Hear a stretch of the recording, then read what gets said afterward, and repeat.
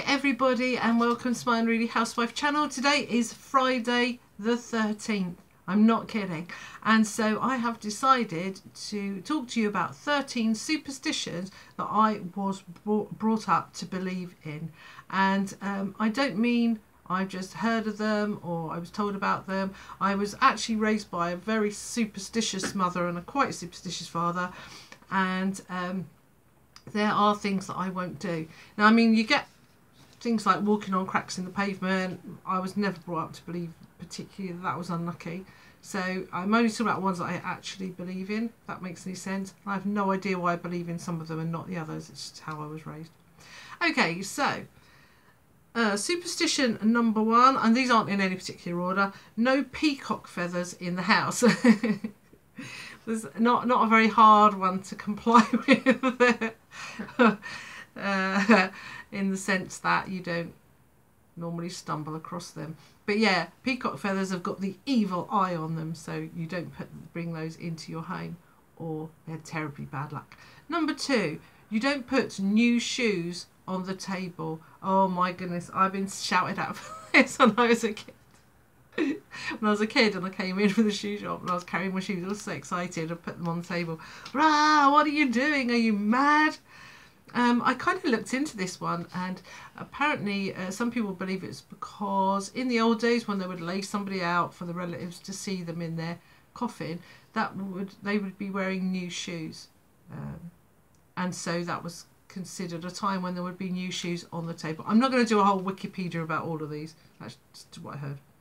Number 3, breaking a mirror. Very specific, this. 7 years bad luck. I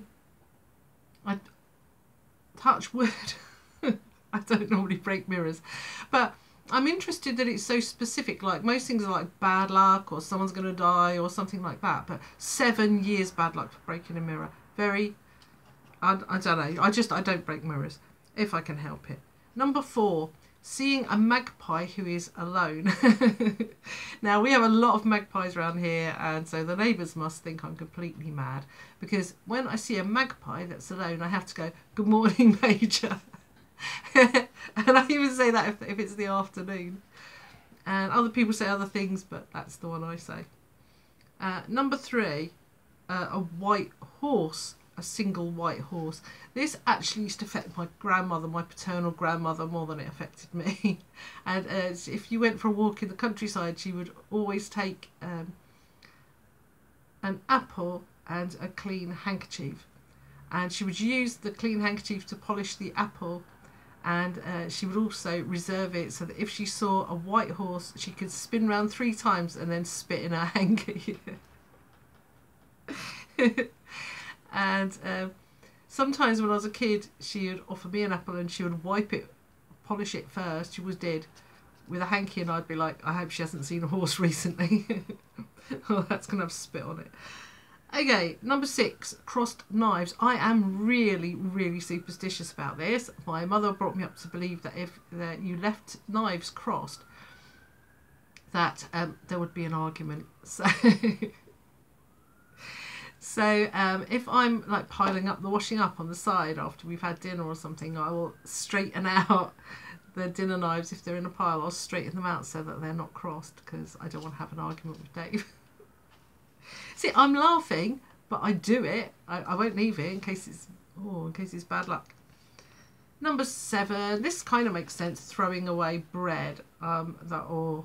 We were never allowed to throw bread away, even if I know something really grungy happened to it. You would still put it out for the poor birds or something. This has been helped a lot recently because we have a food recycle bin, so that's not throwing it away, is it? That's recycling it. That's fine. I don't waste a lot of bread, but you know, sometimes things happen, don't they? I'm going through these quite quickly because we've got a lot.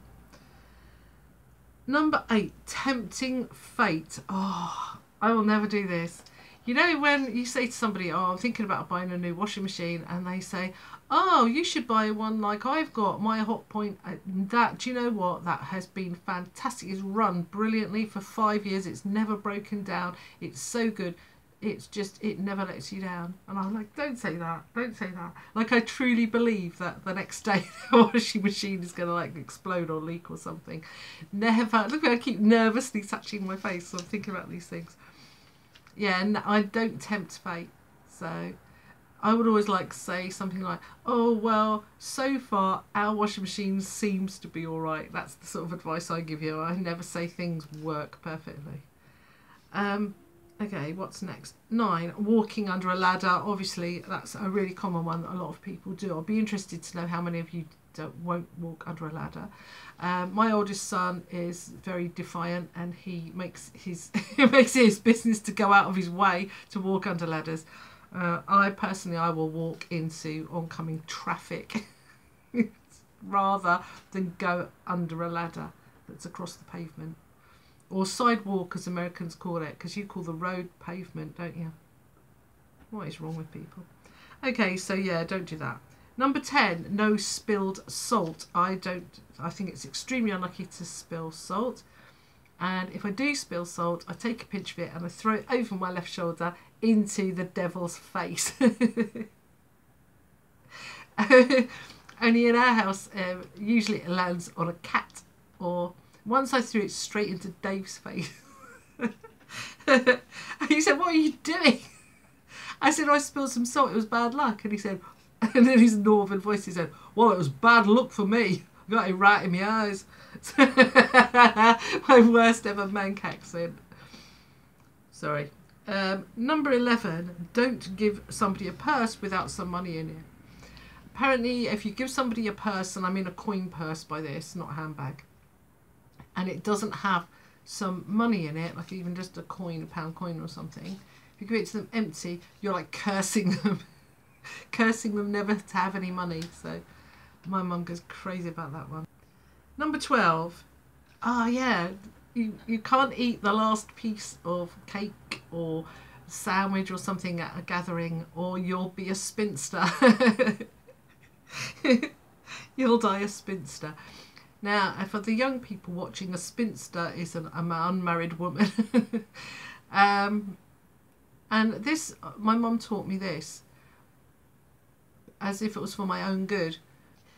So she'd say, don't have the last piece of cake, you'll be a spinster. I'll eat it, I'm already married. I wonder if she really believed in that one.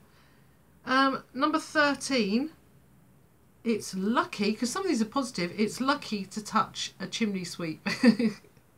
Now, when I was a young housewife in my mid-20s, Mr. Jackson used to come to the house to sweep our chimneys.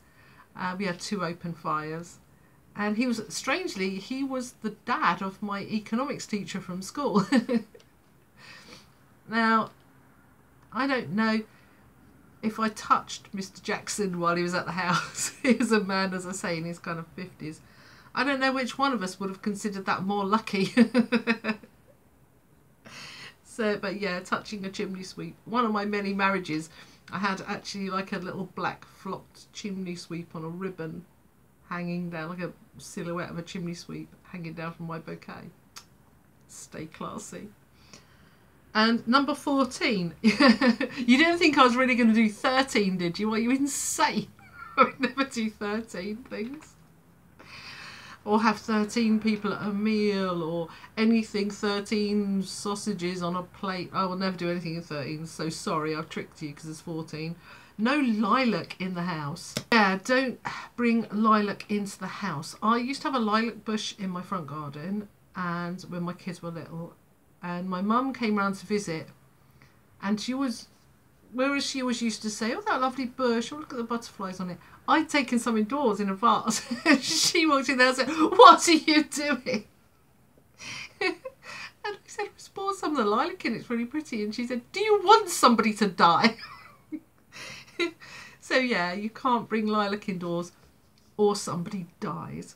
Okay? So I don't know how many of those you have heard of or how many you comply with. Maybe you've got some other things you can scare me witless about. But do leave comments or questions down below. you can see the subliminal subscribe pillow. And you know what, this might be a good video to share with people, because this isn't just about polymer claying or whatever that I usually do. This is actually something that like normal people can enjoy. Thank you very much for watching, and let's hope Friday the 13th goes by and nothing really bad happens. Oh, touch wood again.